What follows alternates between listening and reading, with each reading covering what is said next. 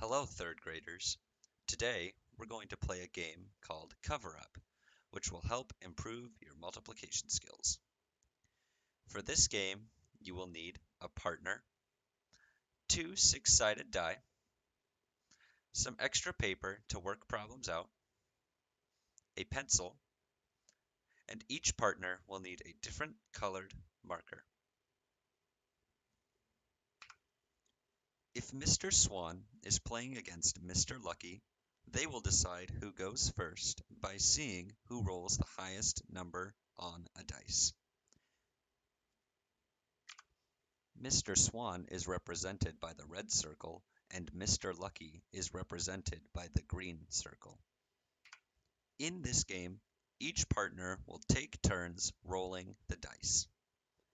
For the first step, roll one of your dice and make sure that you remember your number. For the next step, roll the second dice and make sure that you remember that number too. After both dice have been rolled, you will find the product of both numbers and will fill in that product on the game board.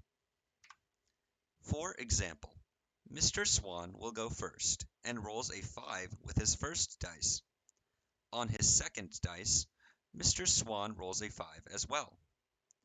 Since Mr. Swan rolled two 5s, he would find the product of 5 times 5, which equals 25.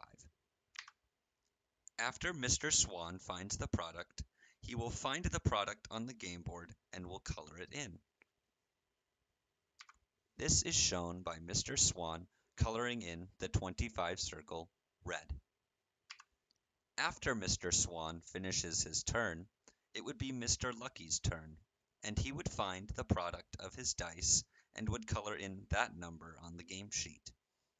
However, if you roll the dice and the product of those numbers is taken, then your turn is skipped. For example, if Mr. Lucky rolls a 6 and a 3 and finds the product to be 18, but then looks on the board and sees that 18 is already covered, then his turn is skipped. The game is over after all the numbers on the game board have been filled, and the winner is the person who has the most numbers in their color on the game board. In this example, Mr. Swan has won the game. When you and your partner have completed the game, both players put their names on the sheet along with their color and turn it in to Mr. Swan.